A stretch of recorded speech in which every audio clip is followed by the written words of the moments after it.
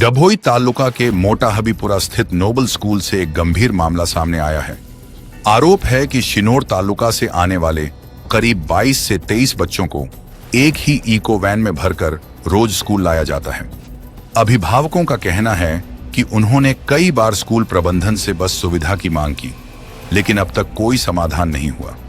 उनका यह भी आरोप है कि माधवानी सर को भी इस बारे में अवगत कराया गया, फिर भी व्यवस्था नहीं बदली। अगर वास्तव में एक ही वैन में इतने बच्चों को ले जाया जा रहा है तो यह बच्चों की सुरक्षा से जुड़ा गंभीर सवाल है। आपकी नजर में ऐसी व्यवस्था कितनी सही है? अपनी राय कमेंट में जरूर लिखिए। और अगर आपको लगता है कि बच्चों की सुरक्षा सबसे पहले होनी चाहिए तो इस वीडियो को ज्यादा से ज्यादा शेयर कीजिए ताकि यह मुद्दा संबंधित जिम्मेदार लोगों तक पहुंच सके।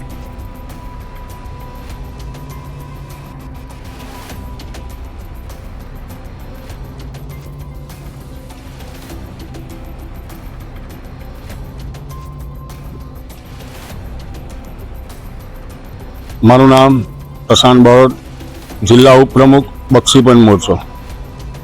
ડભોઈ તાલુકામાં મોટા હબીપરા પાસે આવેલી નોબલ સ્કૂલ છે, જેમાં સિનોર તાલુકાના વિદ્યાર્થીઓ ભણવા જાય છે અને દરેક વખત અમે બસની માંગણી કરેલી, પણ બસ ન મોકલતા એ લોકો એક ઇકો વાન મોકલે છે। એમાં 21 થી 22 છોકરા ઘેટા બકરાની જેમ નાના બાળકો ભરે છે। વારંવાર એમના સંચાલક માધવાણી સરને વારંવાર રજૂઆત કરી, તે છતાં પણ એ લોકોનું પેટનું પાણી હાલતું નથી, જેથી કરીને આજે અમારે આ બાબતની રજૂઆત સ્કૂલના સંચાલકોને કરીએ છીએ કે તમે આવું બાળકો સાથે અમાનવીય વર્તન અને ઘેટા બકરાની જેમ ભરીને જાય છે, એની માટે વારંવાર તંત્રને અને ખાસ સ્કૂલના સંચાલકોને નમ્ર વિનંતી છે કે તમે સ્કૂલ બસ મોકલો અને ઇકો વાહનમાં 22 થી 23 છોકરા ભરીને લઈ જાવ છે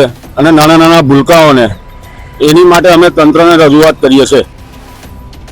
શું નામ છે? મારું નામ પટેલ જનાલિયા જયેશભાઈ છે।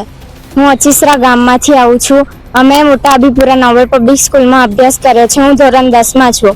સ્કૂલ ઇકોમાં જગ્યા નથી, વિદ્યાર્થીઓને 18-20 વિદ્યાર્થીઓ ભરે છે। અંદર કોઈ વિદ્યાર્થીને કંઈ થશે તો સ્કૂલમાં માથે પડશે, અમારે શું?